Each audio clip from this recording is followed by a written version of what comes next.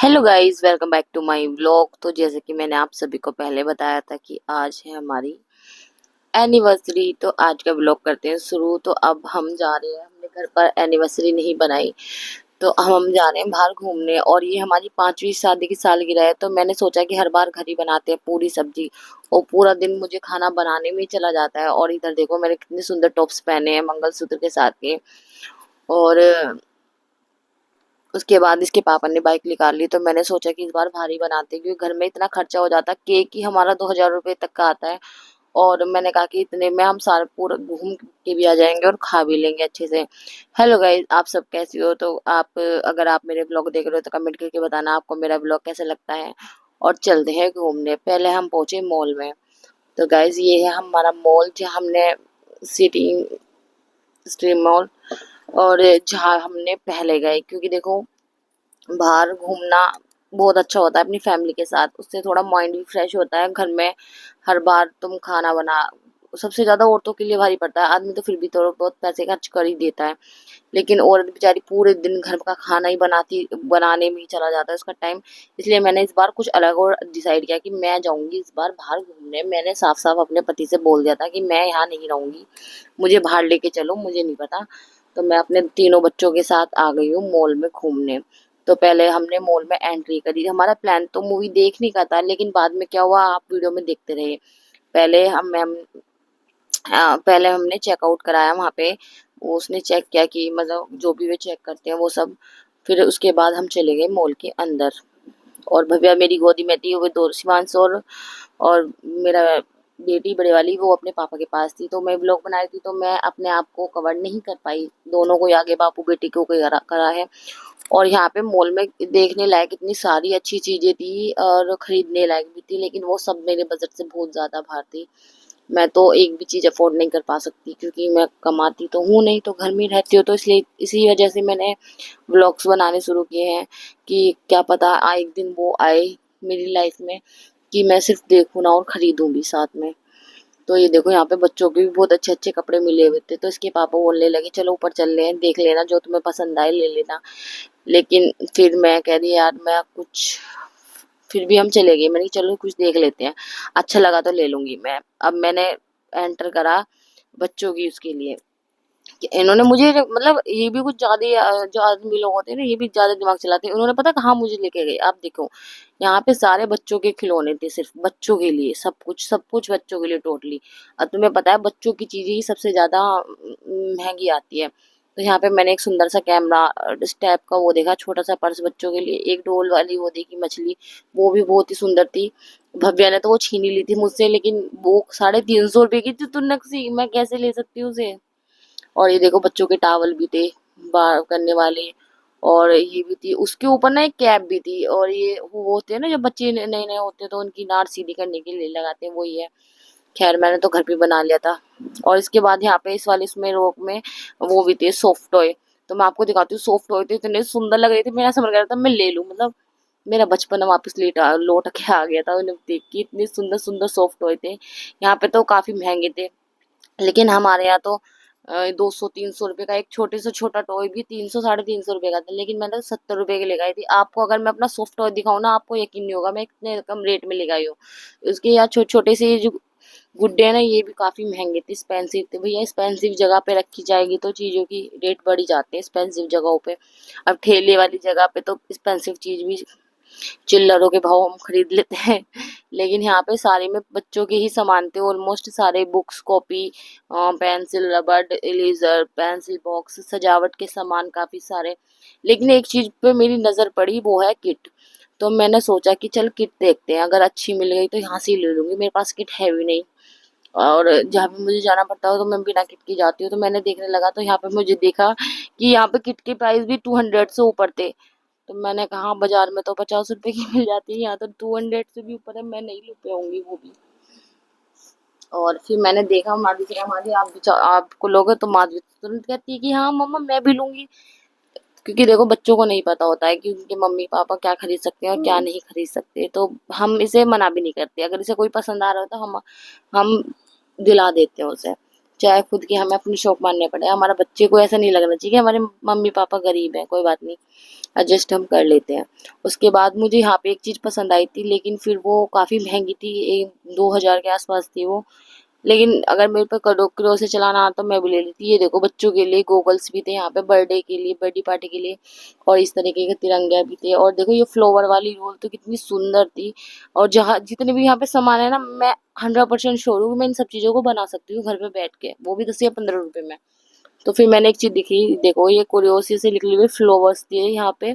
ये भी काफ़ी एक्सपेंसिव, मतलब प्राइस थी इनकी।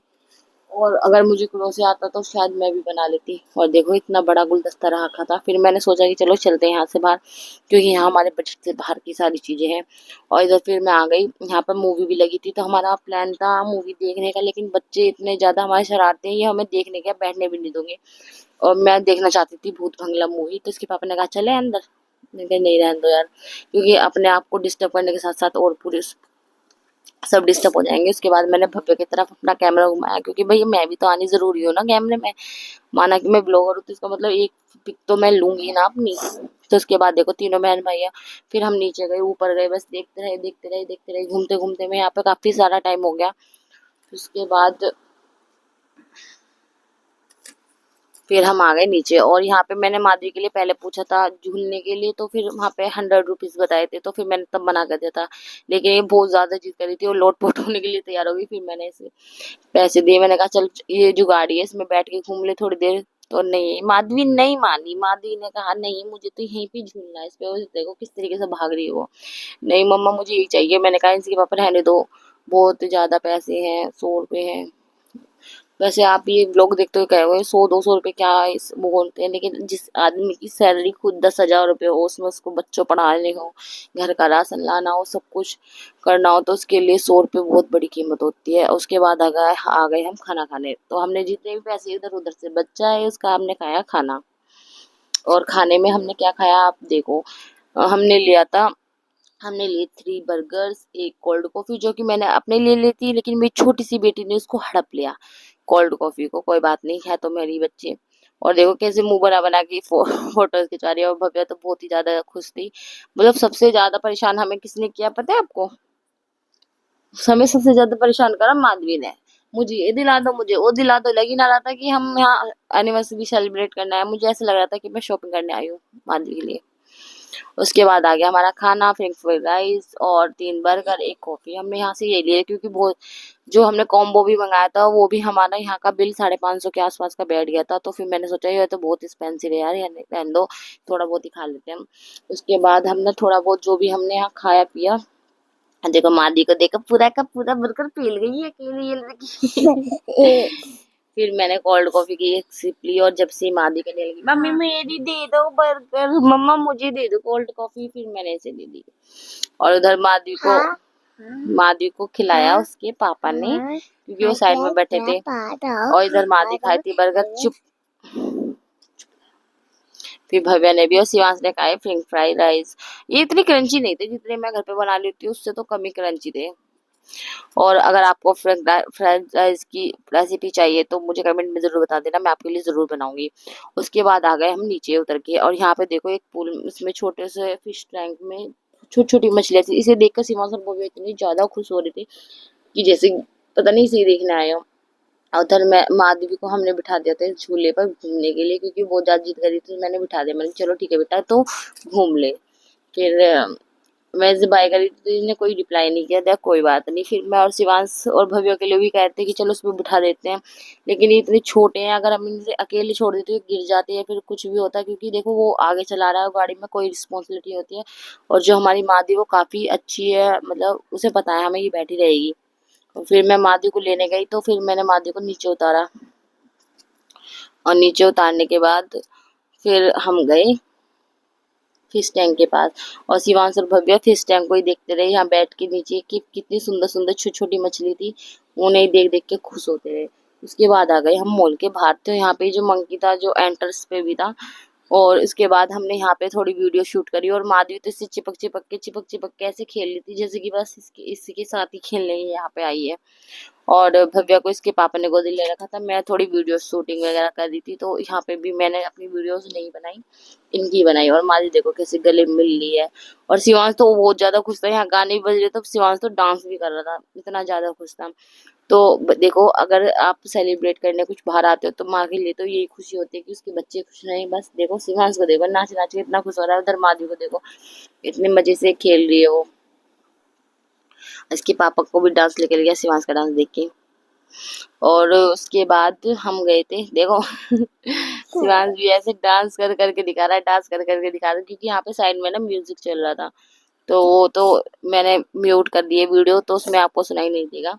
तो यहाँ पे म्यूजिक चल रहे थे, तो फिर आ गए हम वहां से निकल के सीधा भगवान के दर्शन करने, क्योंकि अगर आपका कोई स्पेशल डे और भगवान को पास चले जाओ तो बहुत ही अच्छा होता है कि। तो हम मत्था टेकने अपनी शादी की सालगिरह पे आए थे दुधवेश्वर नाथ मंदिर। और ये मंदिर बहुत ही ज्यादा प्राचीन है, ये 1500 ईस्वी पूर्ण का है। और इसकी जो कथा है वो बहुत ही अच्छी है, वो मैं आपको नेक्स्ट ब्लॉग में पूरा ब्लॉग दुधवेश्वर नाथ मंदिर का मैं दिखाऊंगी आपको, और पूरी कहानी मैं वहां पर बताऊंगी। और उसके बाद हम यहाँ पे 6 बजे आ गए थे, और यहाँ से 9:30 बजे के आसपास गए। पूरी मतलब आरती और खुद प्रसाद चढ़ाकर और जलवल चढ़ाने के बाद पूरी आरती हमने अटेंड करी, और हमारे बच्चों ने भी बहुत ज्यादा मस्ती करी यहाँ पे। और यहाँ का एनवायरनमेंट इतना शांत था, बहुत ज्यादा। मुझे सबसे ज्यादा अच्छा यहाँ मंदिर में आने के बाद ही लगा। हमने मॉल में भी घूमे, यहाँ भी घूमे, वहां भी गए, लेकिन मंदिर में आने के बाद ही मुझे असली शांति मिली। उसके बाद और मैंने तो डिसाइड किया कि, और यहाँ पे मठ भी था जहाँ पे मतलब छोटे छोटे बच्चे रहते हैं, उन्हें शिक्षा दी जाती है। तो वो देखो यहाँ पे अभी मौज मस्ती कर रहे हैं, क्योंकि शाम की पूजा के टाइम के लिए अभी वक्त है। तो वो अभी सभी मस्ती कर रहे थे, और जो काम करने वाले थे बच्चे वो काम कर रहे थे। और इधर देखो दोनों बच्चों मेरी झांक के देख रहे थे। आपको ये वीडियो कैसी लगी कमेंट में जरूर बताइए, और दुधेश्वर नाथ की मंदिर की वीडियो मैं